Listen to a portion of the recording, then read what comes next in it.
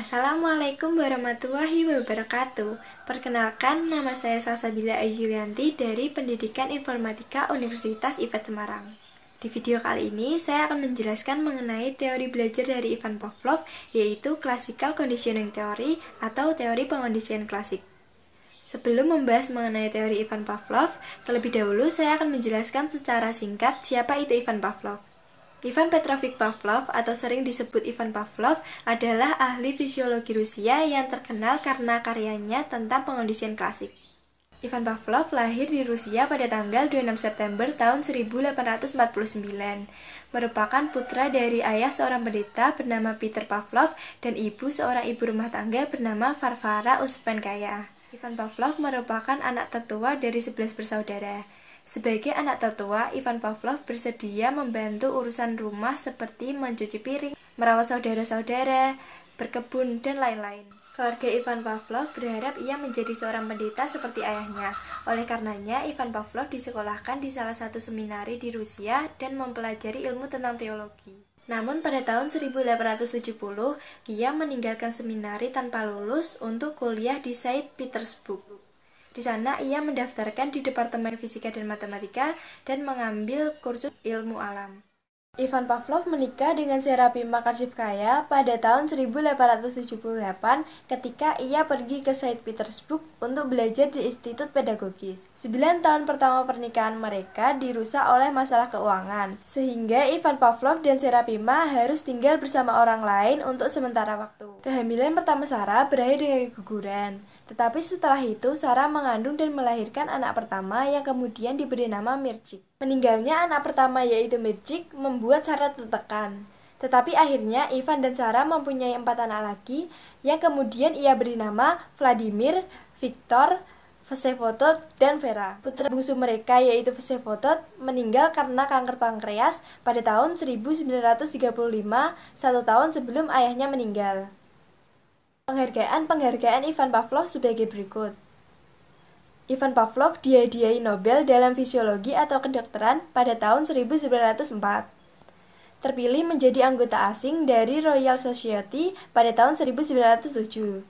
Menjadi anggota asing Royal Akademi Seni dan Sains Belanda pada tahun 1907. Dianugerahi medali Copley Royal Society pada tahun 1915.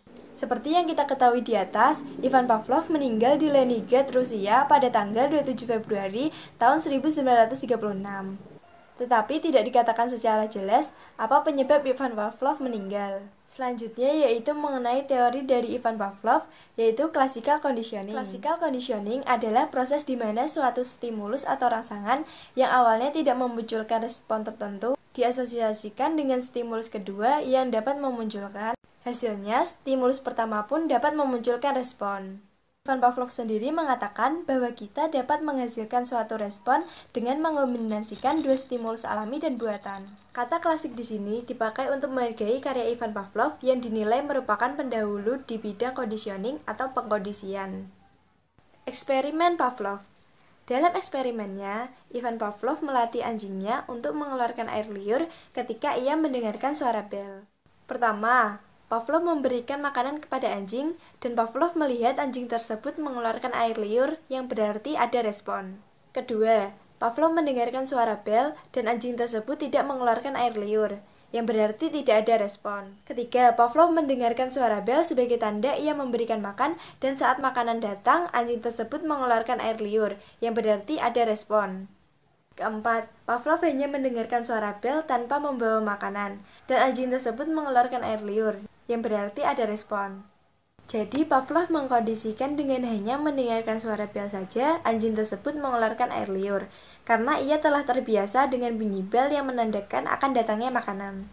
Dari eksperimen yang dilakukan Pavlov terhadap seekor anjing tersebut menghasilkan hukum-hukum belajar diantaranya A. Law of Responded Conditioning. Komponen yang dibutuhkan dalam classical conditioning yaitu 1. The unconditioned stimulus, yaitu makanan, adalah segala hal yang bisa menimbulkan respon tanpa kita harus pelajari atau kondisikan respon tersebut sebelumnya. 2. The conditioned stimulus, yaitu bel, adalah stimulus yang dibuat melalui pembelajaran. 3. The unconditioned reflex, yaitu earlier, adalah segala hal yang terjadi secara otomatis tanpa kamu memikirkan tentang hal tersebut. 4. The conditioned reflex, yaitu mengeluarkan air liur sebagai respon dari bunyi bel, adalah refleks yang kita pelajari untuk mengasosiasikan sesuatu. Prinsip-prinsip belajar menurut classical conditioning sebagai berikut. Yang pertama, belajar adalah pembentuk kebiasaan dengan cara menghubungkan atau mempertautkan antara perangsang stimulus yang lebih kuat dengan perangsang yang lebih lemah. Kedua, proses belajar terjadi apabila ada interaksi antara organisme dengan lingkungan. Yang ketiga, belajar adalah membuat perubahan-perubahan pada organisme. 4. Setiap perangsang akan menimbulkan aktivitas otak US dan CS untuk menimbulkan aktivitas otak. Kelima, aktivitas yang ditimbulkan US lebih dominan daripada yang ditimbulkan CS. Oleh karena itu, CS dan US harus dipasang bersama-sama. Yang lama-kelamaan akan terjadi hubungan.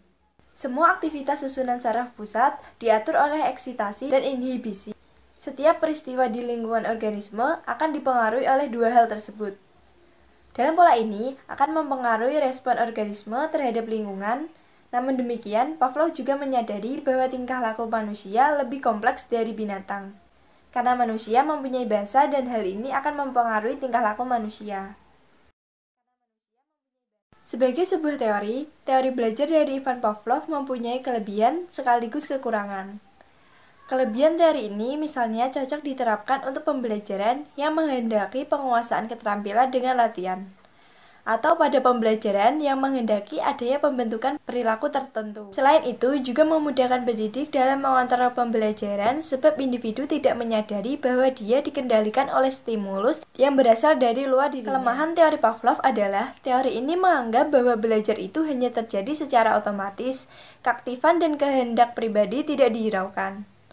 Teori ini juga terlalu menonjolkan peranan kebiasaan, padahal individu tidak semata-mata tergantung dari pengaruh luar yang menyebabkan individu cenderung lebih pasif karena akan tergantung pada stimulus yang diberikan. Itu tadi penjelasan mengenai teori belajar dari Pavlov, yaitu classical conditioning. Apabila ada salah kata dan pengucapan, saya mohon maaf yang sebesar-besarnya. Wassalamualaikum warahmatullahi wabarakatuh. See you.